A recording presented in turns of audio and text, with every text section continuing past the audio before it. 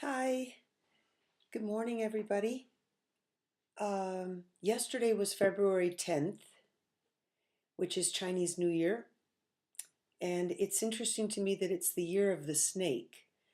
Um, I was trying to research a little bit yesterday about that and what that actually means, but one friend posted on Facebook that it's a year of transformation, like the snake sheds its skin. So I'm excited to think of it that way. There are other views, but I like that one. And so I'm thinking let's shed some skin, let's take off the outer layer, um, let's reveal what's hidden. Somehow that's a theme that's running through this tea talk and also my life. So today's tea is rooibos. It's not a it's a red tea, and it doesn't have caffeine. So that's why it's a nice tea to drink as a coffee substitute or a black tea substitute. The problem with it is that to me, I don't like the taste all by itself, and I usually doctor it up with milk and sometimes sugar. Today I'm going to try with just milk. And I like it because I actually love the English tea of milk and sugar in their black tea, and we'll do that one of these days. That's how my husband likes his tea. But let's try this one today. It's fantastic, and it tastes great without any sugar.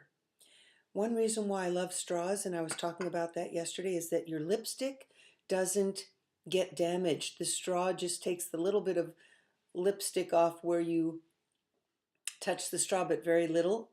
And whereas a cup, you lose a huge amount of lipstick on the surface of the cup.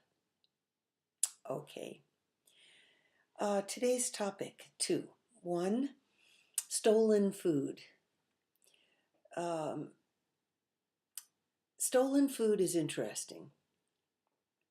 It's food that you didn't pay for, that you really didn't even plan on having in front of you, and it's suddenly there, and it has a lot of temptation attached to it because you didn't pay for it, and because you didn't plan on it, and because it's there rather unexpectedly. There's something that switches off in my mind that says, well, just eat it. And whenever I go to Bon Papa's house, John's dad, we're always surrounded by what I would call stolen food. I go in the kitchen, I'm cooking, and I know that there's a bin of chocolate in the cabinet.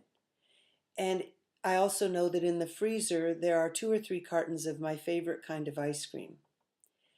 I also know that there's a bottle of opened Coke down in the refrigerator, and that there's maple syrup in the cabinet, and all kinds of cheeses and very interesting things that I could be snacking on while I'm cooking the lunch. And I often do that. It's a stolen food problem. Basically, I'm stealing food. It's not mine. And afterwards, I always regret that I ate food that I never intended to eat. And I'm on a diet right now. I'm on a health kick, and I want to lose weight and I want to look better, and I never have that kind of stuff in my own house. So I'm trying to avoid the temptation of eating stolen food.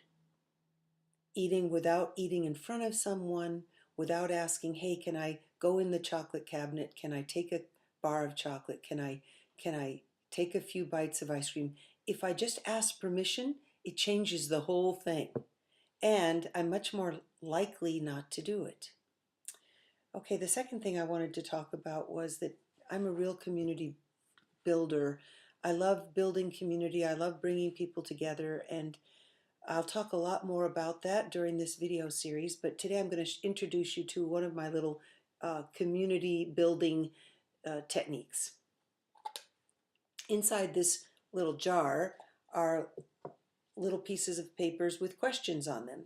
So you go over to a friend's house or you sit down with your family and you're tired of the same old conversation.